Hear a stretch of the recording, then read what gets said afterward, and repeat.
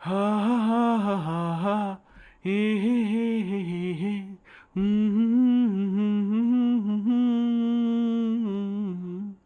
तो भाइयों, वेलकम हो गया आप लोगों का इस वीडियो में। जेम्स गन की आज करेंगे सुपरमैन की बात। और बताता चलूं आपको कि जेम्स गन की सभी मूवीज़ मुझे पसंद है। मैं जैक स्नाइडर का कोई बहुत बड़ा फ़ैन नहीं हूं। हालांकि मैन ऑफ स्टील अच्छी मूवी थी और अच्छी हो सकती थी, और जेम्स गन से मुझे उम्मीद थी कि जेम्स गन इस बात को अचीव कर पाएगा, लेकिन ऐसा मुझे लगा नहीं कि उन्होंने अचीव कर लिया।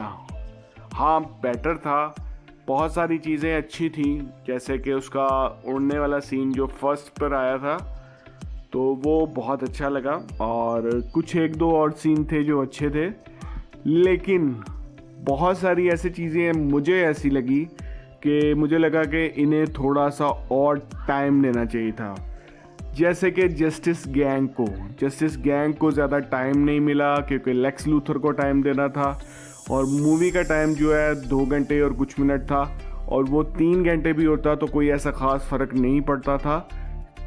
थोड़ा ब्रीदिंग रूम मिल जाता, मतलब लेक्स लूथर के कैरेक्टर को अच्छे से उन्होंने बिल्ड किया, अच्छे से रिफाइन किया। बहुत अच्छा लगा लेक्स लूथर का कैरेक्टर। हालांकि मुझे उससे ज़्यादा डिसअपॉइंटमेंट की चांस थे ना कि सुपरमैन से, लेकिन मैं मूवी देखने के बाद मैं सुपरमैन से ज़्यादा डिसअपॉइंटेड था ना कि लेक्स लूथर से।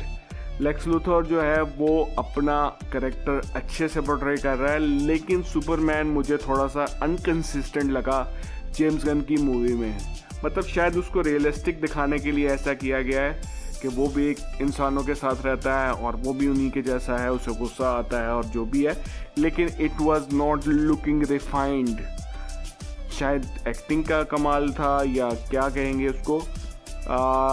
लुइस लेन का कैरेक्टर इसमें उतना इम्पोर्टेंट नहीं था जितना कि वो सुपरमैन की लाइफ में होना चाहिए।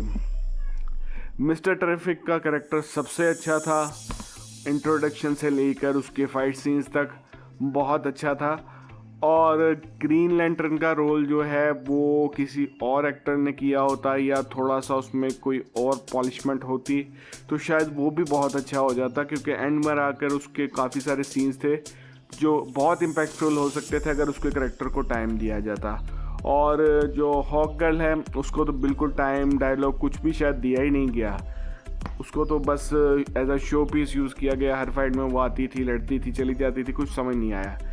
और जो मेन विलन था इस मूवी का वो लेक्स लूथर ही था, और वही होना चाहिए था। और वो बहुत ब्रिलियंटली उन्होंने पोर्ट्रे किया कि लेक्स लूथर को सिर्फ उससे नफ़रत नहीं है, वो उसे ख़त्म कर देना चाहता है, सुपरमैन को।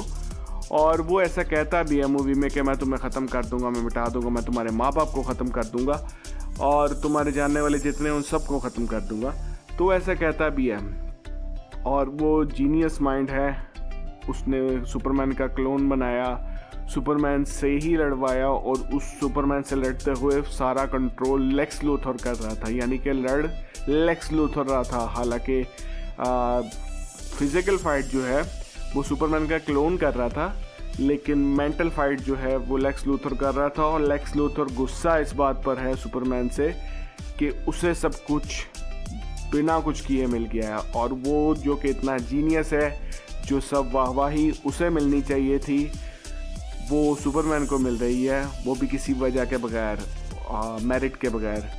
तो वो मेरिट पे बिलीव करने वाला इंसान है, और ये उसके कैरेक्टर की ऐसी बात है जो कॉमिक बुक्स में भी दिखाई गई है और ट्रू टू हिज नेचर है। बाकी ये कि मूवी में थोड़ा सा और कैरेक्टर्स को ब्रीदिंग रूम मिलना चाहिए था, मेरा ख्याल ऐसा है। बाकी आप कमेंट सेक्शन में मुझे लिख करके बताइए कि आपने क्या ये मूवी देखी है। अगर देखी है तो क्या आपने भी ऐसा ही फील किया है जो मैं कर रहा हूँ। मुझे जेम्स गन से शायद उम्मीद थोड़ी ज़्यादा थी, आई डोंट नो, व्हाटएवर। तो रिव्यू को यहीं पर ख़त्म करते हैं। साइनिंग ऑफ, अल्लाह हाफिज़।